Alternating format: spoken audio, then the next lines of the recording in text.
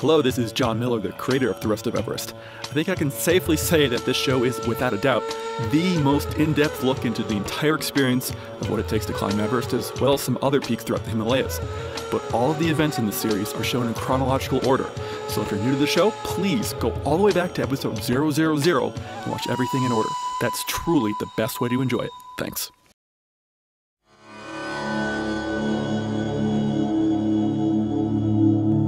This is the Rest of Everest video podcast, an almost unabridged expedition experience. Episode 154, For Your Eyes Only. Hello again, everyone. Welcome back to The Rest of Everest. I'm John Miller. This week we are going to tackle the Potala Palace. And what I mean by tackle is try to describe it, because it's such an improbable place. It's just incredible, and it's very, very hard to comprehend what you're looking at when you're there. And I'm really glad that I have a bunch of people who were there and are going to be able to help me to describe what the experience is like. And I'll go down the list here. We've got Tilo joining us this week, and we've got Chris and Monica. We've got Jill. We've got Jeffrey. Howdy. We've got Christine, and we've got David. So how are you guys doing? Good. Wonderful. Thanks. Good. All right, this is a World Heritage Site, and I think it's justified in every way, shape, and form to be a World Heritage Site. It's something that, you know, if you want to see kind of more of what we're going to be showing you with your own eyes, if you go to Lhasa on Google Earth or in just Google Maps, you can look down on the Potala Palace and you can kind of see some of the arrangement and the layout of it from an angle that you can't get any other way. That might give you more of an idea of just how large this place is. That's definitely something I had fun with while I was editing this episode. But hey, let's see it with our own eyes. Let's get back up to Lhasa and let's rejoin the 2010 trek. So here we go.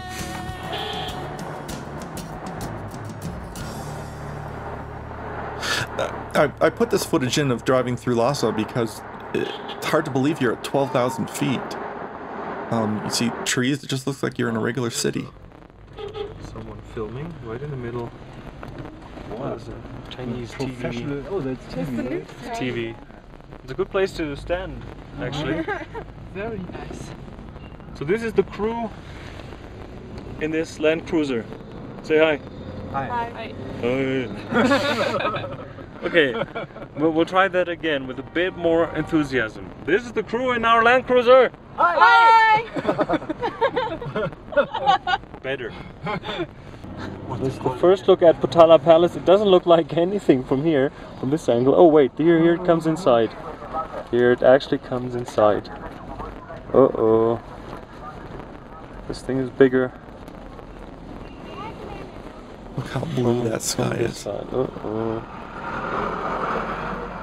And look at the I dark knew blue for sky. me, the Potala Palace was going to be my litmus test. If I could make it up all of the stairs to get into the Red Palace, I knew I would be able to make the rest of the track. But if I couldn't do the Potala, oh man, I was going to be done at that point.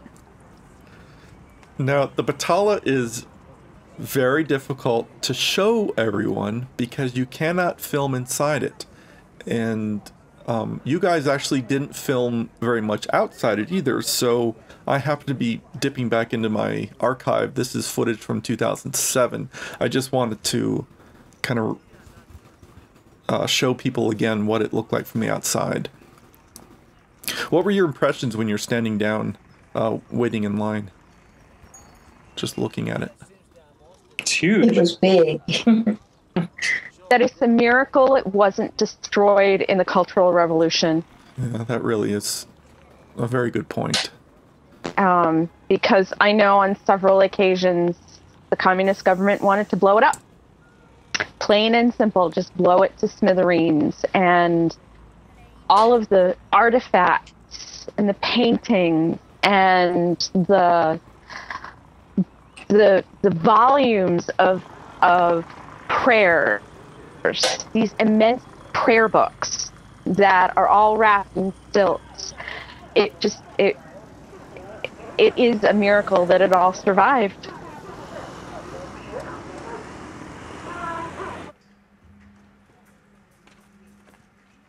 Of course, what didn't survive is the people who live there.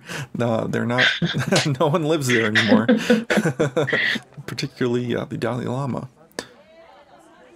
One little.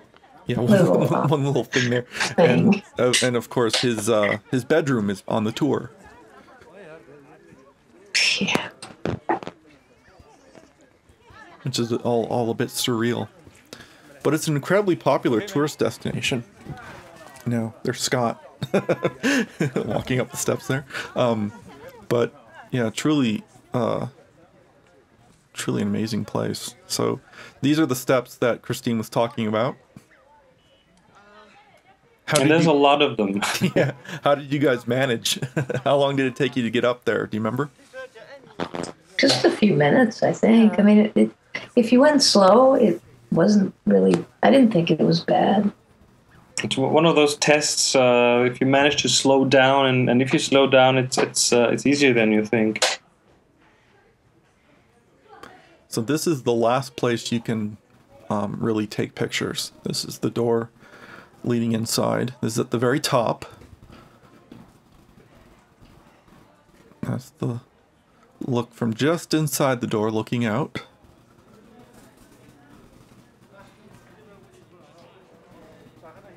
Again, you can tell by the sky this was 2007.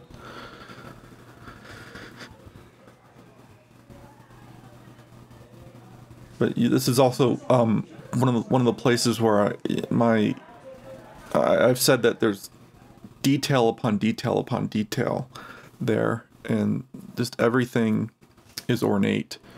And if you look hard, you can see that even the stuff that looks plain is actually ornate too. So these are some photos taken by the group.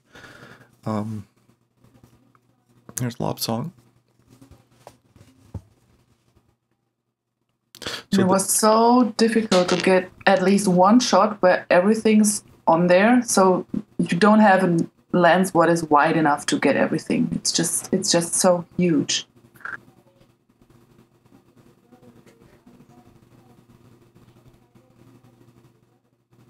One of the places had a nice restroom.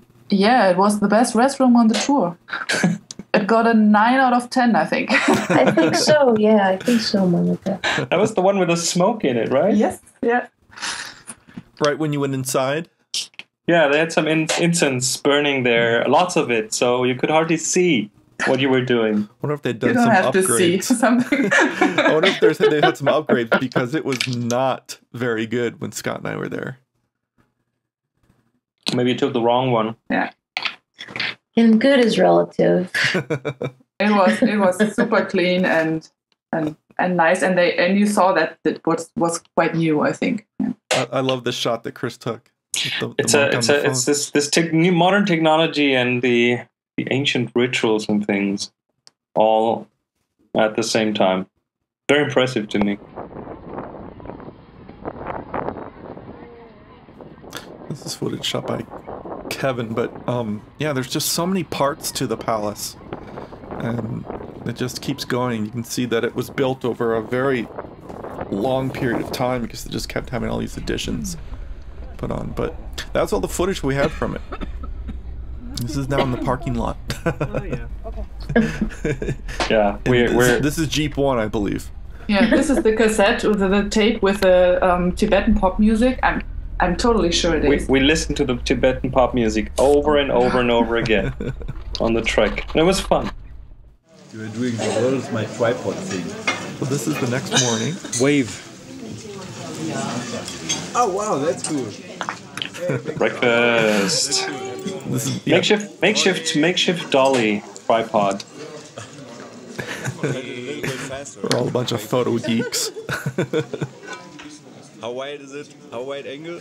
I can stop. Wide enough. Wide enough. But look at that dining room. Phenomenal dining room. Great buffet. One pull up. I love that. At a hotel. Anyway. That stuff was quite tasty, actually. Hard to manage. This is the shot I was actually looking forward to. And never take pictures eating while people are eating. It wasn't pictures, it was video. The same, much worse. This is Chris. That's my charging station. Charging station in the hotel room, yeah. And look at the plug. I think it'll come up in a second. The plug is the scariest thing of them all. Not that one, no. Oh, does it go on? Lots of lights. I mean, we basically had to make sure to get charged up before the trek, so every opportunity to charge was welcome. I'm almost embarrassed by the amount of tech I'm carrying there. Not as much as Shaquille, though. Oh, Here comes the plug. Wait for it. Wait for it. Ooh. Just look at that. Worked. It worked. Yeah. And then there's this clock. Awesome. Yeah. That is the who was that again? The face on there. That's the Panchen Lama. Second in command, so to speak. And that was the Panchen Lama that was discovered by the Chinese government, whereas the one, let's say the official one was a boy who disappeared. Right. So this is the road leading up out of Lhasa. We're actually starting for the town of Gyanse, and a lot of this was dirt last time I was there. So everything was paved, just about. These few years later, 3 years later, and Tilo, I think, is shooting this. But it gives you an idea of just how quickly you climb up.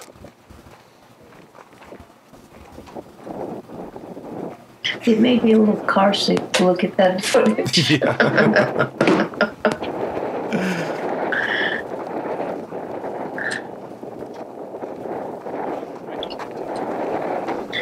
Hey, Chris, talk to me. Huh? What? What's going on? Well, we're taking a short break here up on the... Wait, pull this down. Up on the pass. I don't know what the name of the pass is. It's a pass. It's the highest point. And everyone's trying to find a spot. Oh, not everyone, but a lot of people are trying to find a spot to take a quick leak. Which I already did, if you could. And amazingly, there's a China mobile cell tower up there. It's all solar. Yeah, but it's a cell tower. So if you have a, I think Shaquille said it's even 3G. In the middle of nowhere, in the desert. Did you take a leak on it? No, I didn't get all the way up there. I just went behind that dip there and hoped no one would come. But up here, you very quickly lose all these inhibitions. Just go with the flow, literally. So that's a good idea to me. Here, you can hold that. Well, can I feel? Yeah, this is really one of the first places you see that you really get a feel for the landscape. Being in the city is completely artificial. I'm gonna leave you to your privacy.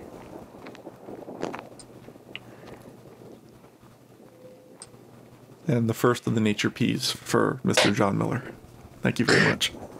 Yeah, I couldn't resist. I couldn't resist. It's always funny that... you got it in, didn't you, John? Yep. You find the strangest things on the ground out here. Yeah. And, I just destroyed one of those rock piles. That's alright. It's a bad thing. No, it's alright. I just found... I hope you had hand sanitizer with you. A bottle of motor oil. And, found some prayer flags nearby, and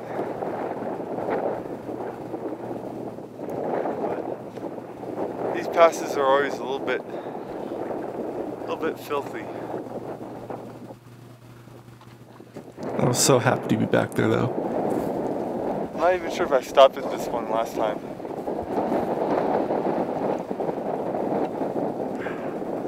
Well, let me hand you back the camera. Okay. So, I have to ask you a question. straighten out my lens hood here. What's the question? The question that's been going through my head. Do you miss the 2009 participants? Do I what? Do you miss the 2009 participants? If I miss the 2009 participants? Do you miss them? Yes. On this trip? Yes. Because I sure do. Yes, I do. Absolutely. We've got a great group. we should. I mean, putting this group and the 2009 group together, that would be a big group. 2009 trip. Man, what a trip. Yeah. I miss them. Yeah, I miss them too. I do. It's like here we are. This beautiful, magnificent desolation. I think is what they said on the moon. And we're on this tremendous lunar landscape, and it's just wonderful here. It's grass, everything's going well, and I miss my friends from last year. I'm actually pretty sure that we got to see a few of them again. I'm pretty sure that if we don't see anyone from 2009 next year, any from this group next year, I'll be saying the same thing next year about this group. No, about this group. Yeah, that's true. Gee, I sure missed 2009, 2010 group from. Everyone here is awesome too. That's what I mean. It's like next, the 2011 group. It's like, geez, I sure missed the 2009, 2010 group. It'll keep just being like that the whole time, but it's just one of those things.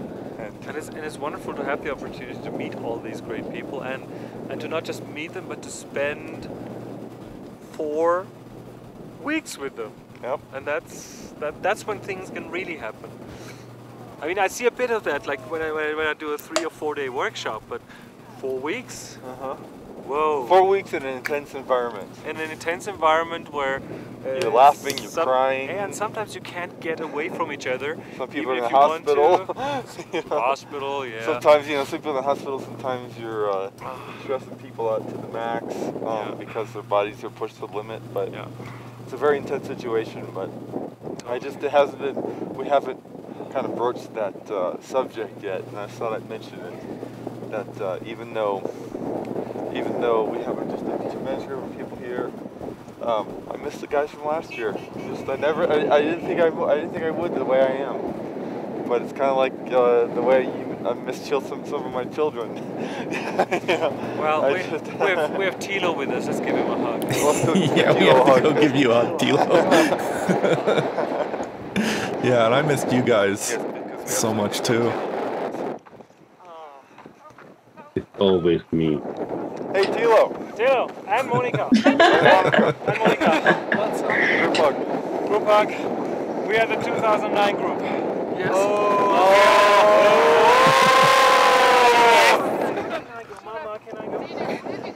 Have you had yours done yet? 93 with a heart rate of 97. Okay. Wow. 90 heart rate's wrong. It said 132. Sweet. Okay. No way, that's right. What? Yeah, I think we found out that the little device didn't work good with cold hands or sunlight. Bright sunlight. Says I'm dead. So how dead are you? 81. You should run up the hill. But 87 isn't good. What we're doing, everyone, is we're playing with David's pulse oximeter, which gives you the how much oxygen you have in your blood in a percentage and your heart rate. And usually they're shockingly low on these trips. Hey, I'm bionic. Mine never changes. Yeah. You had some mechanical help.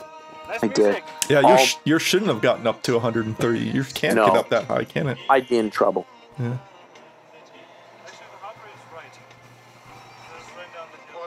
Yeah, Jeffrey, you want to explain that a little bit? What you were testing? You were kind of doing some tests up there? Trying to think to keep it short. So just after I signed up to go with John, I found out myself, because I worked in cardiac, that I needed a pacemaker. I'm fully dependent on a pacemaker, and so I had to make the decision of whether I could go on the track. Called the company that I know well, and they had no idea what to do. So anyway, I was a guinea pig, and all turned out well. Yeah, so you didn't die, did you? No.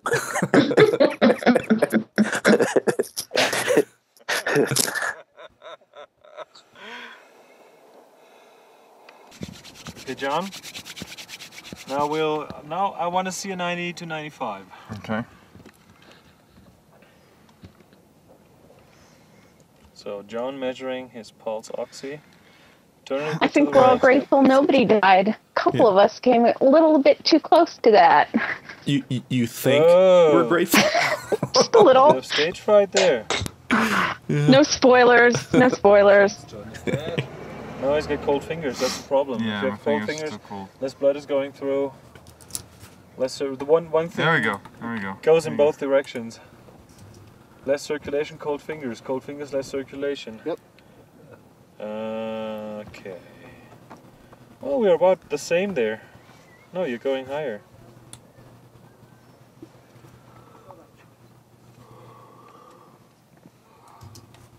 I'm just getting the Diamox tingles here, here, and here.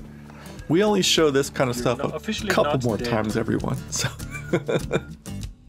I guess you've been warned and hopefully relieved at the same time. But yeah, that actually came in quite handy. And I think Damien's was around the 50th percentile. Yeah, when we checked him that night, yeah, it was around 52. 52, yeah. 52. Yeah, so definitely. It's in my diary. Yeah, so definitely a handy thing to have. But we kind of turned it into a game, and of course with our group, we turned it into sort of a challenge. Who could have the best readings, and whoever had the best readings won. But we'll see more of that next week. And not that we kid about this, but maybe just one point where we can say this is very serious stuff. And John and later in the Sherpas will tell you, and it's very close to all of us of what happened, and it's close to me because later on, after we got back, I had a friend go there and pass away there because he didn't pay attention to those numbers and didn't drink enough fluids and all that kind of stuff. So it is very serious. Sorry for the serious part. No, I'm glad you threw that in, because yeah, it is, and I think we it's one of those things where we used humor to get ourselves through that situation, because we were all stressed out. We were all really worried about Damien, and so we were using humor amongst each other to try to cope with that situation. And we definitely. And John will, in the future podcasts, he will, I'm sure, say much about Sherpas and how we relied on them and how helpful they were. But this is the whole key of going to altitude. Sherpas know, and they are the ones that really brought us through this safely too, because they've done this so much in the past, and they can look at you and know that you need water. And I know what the memory of my that keeps going on in my head is Jeffrey drink, thousands of times. My Sherpa said to me. So yeah. Enough of that. Of course, they took tremendous care of us. And actually, if you want to see any of that, if you want to get a sneak peek at what's going to be coming up in the show, follow me on Twitter. You can find that through my website, or just I'm Rest of John Miller on Twitter. And I've been posting episodes in advance, this pre-commentary video, before we talk and record our conversations about it. But currently I'm up into the high 160s in releasing that stuff. So you can take a look months in advance of that material. So check that out if you're interested.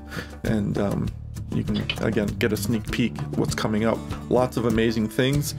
Next week, again, we do play the pulse oximeter game again. Thank you, David. And we also get to see Stefan throw up. So, so we've got that going for the episode. So thanks a lot for joining me, you guys.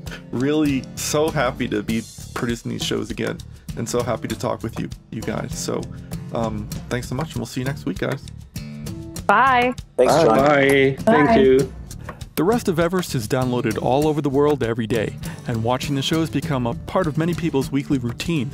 The show will always be free to download, but it's by no means free to produce. Please help me cover my costs by making a small monthly or one-time donation from the right sidebar on my website, and in return I'll give you some cool bonus materials. A donation of any amount will grant you access to some interesting video content, including high-definition versions of several podcast episodes.